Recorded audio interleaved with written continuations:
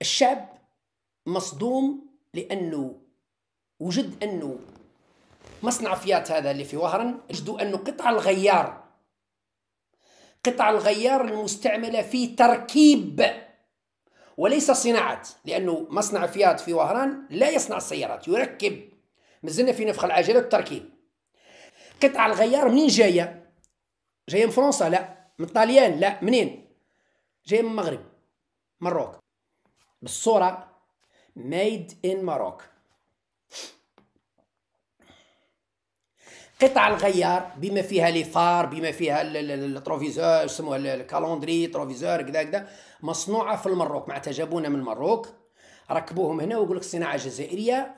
هل يعرف الرئيس تبون ان قطع غيار سيارات فيات جايه من المروك؟ هل يعرف الرئيس تبون ان قطع الغيار المستعمله في تركيب سيارات فيات بمصنع وهران جايه من المروك؟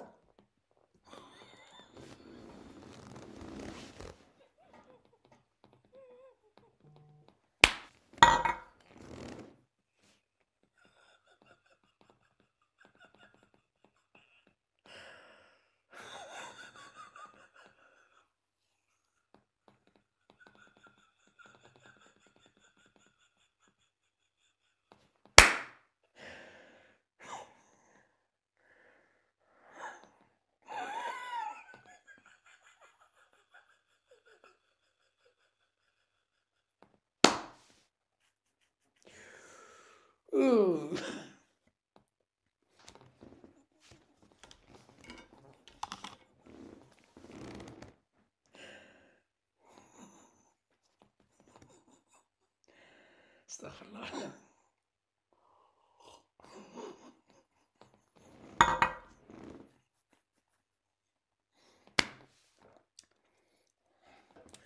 ولو ها يا سيدي، شدوا لنا الاخر تاعكم هذا سيدي. انا خلاص، انا ها هاي هات لكم خصم. ها تبون راهو مهمش الاطارات، مسكر عليهم وما يسمع لهمش وما يشاورهمش. انا نقول لك خلاص، شد سابعك، ما تزيدش تهدر، خلاص.